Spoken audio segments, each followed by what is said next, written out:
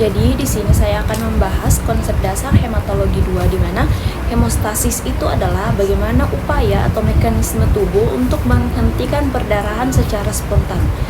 Jadi tubuh akan melibatkan 3 sistem utama, yaitu yang pertama sistem vaskular, yang kedua sumbat trombosit, dan faktor koagulasi. Jadi yang pertama yang akan saya bahas yaitu sistem vaskular. Jadi proses hemostasis pada sistem vaskular itu adalah respon paling awal saat pembuluh darah terluka. Begitu terjadi cedera, pembuluh darah langsung menyempit atau vasokonstriksi supaya aliran darah yang keluar berkurang. Ini dipicu oleh refleks saraf dan zat dari endotel seperti endotelin. Di kondisi normal, endotel bersifat mencegah pembekuan, tapi saat rusak dia berubah fungsi. Lapisan dalam pembuluh yang tadinya halus jadi terbuka sehingga kolagen di bawahnya terlihat.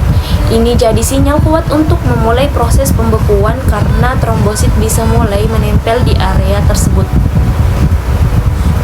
Selain itu, endotel yang rusak juga melepaskan faktor von Willebrand yang membantu trombosit terdekat lebih kuat di lokasi luka. Jadi inti sistem vaskular adalah menghentikan perdarahan secara cepat dengan menyempitkan pembuluh dan mengubah permukaan di dalamnya untuk mendukung pembentukan sumbat trombosit.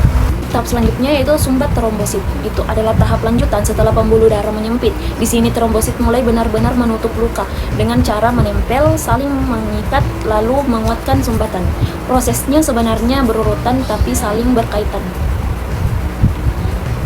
Awalnya terjadi adesi, yaitu trombosit menempel pada bagian pembuluh darah yang rusak. Saat endotel terbuka, kolagen di bawahnya terlihat, lalu faktor von Willebrand bertindak seperti lem yang menghubungkan trombosit dengan kolagen. Trombosit yang tadinya berbentuk cakram langsung berubah jadi lebih bulat dan berduri supaya bisa melekat kuat di lokasi luka. Setelah itu masuk ke agresi, yaitu trombosit mulai saling menempel satu sama lain. Hal ini terjadi karena trombosit yang sudah aktif akan mengekspresikan reseptor yang bisa mengikat fibrinogen, sehingga fibrinogen menjadi jembatan antar trombosit. Akibatnya terbentuklah sumbat trombosit yang makin lama makin besar untuk menutup perdarahan. Lalu terjadi reaksi pelepasan. Ini bagian penting karena trombosit yang sudah aktif akan mengeluarkan granula di dalamnya, seperti ADP, trombokan A2, kalsium, dan serotonin dilepaskan untuk memanggil lebih banyak trombosit dan memperkuat agresi. Proses ini butuh energi besar dan dipicu oleh zat seperti trombin, kolagen, dan epinefrin. Pelepasan membuat sumbat jadi lebih stabil dan mempercepat proses pembekuan selanjutnya. Baik, kita akan masuk ke tahap ketiga, yaitu faktor koagulasi. Di sini saya akan menjelaskan jalur intrinsik dan ekstrinsik serta jalur bersama. Pada jalur intrinsik, proses dimulai dari dalam darah itu sendiri. Ketika darah mengenai permukaan yang tidak normal, misalnya dinding pembuluh darah yang rusak, faktor 12 akan aktif terlebih dahulu. Aktivitas ini kemudian memicu rangkaian berantai. Faktor 12 mengaktifkan faktor 11, lalu faktor 11 mengaktifkan faktor 9.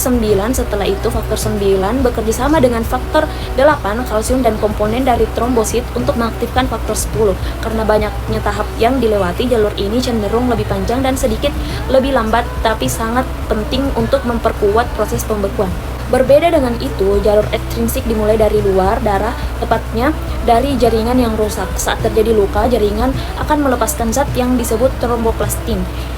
Jaringan atau faktor 3. Zat ini langsung berinteraksi dengan faktor 7 dalam darah dengan bantuan kalsium dan dengan cepat mengaktifkan faktor 10. Jalur ini juga lebih singkat sehingga responnya lebih cepat, seperti alarm darurat yang langsung aktif saat terjadi cedera.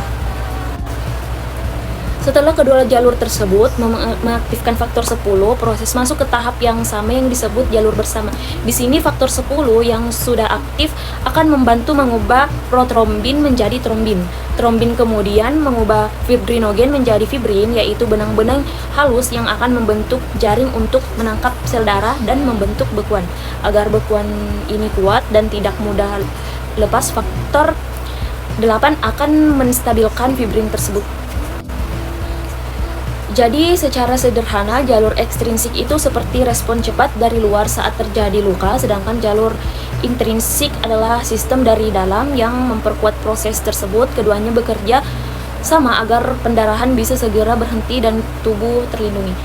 Jadi mungkin sekian dari saya. Assalamualaikum warahmatullahi wabarakatuh.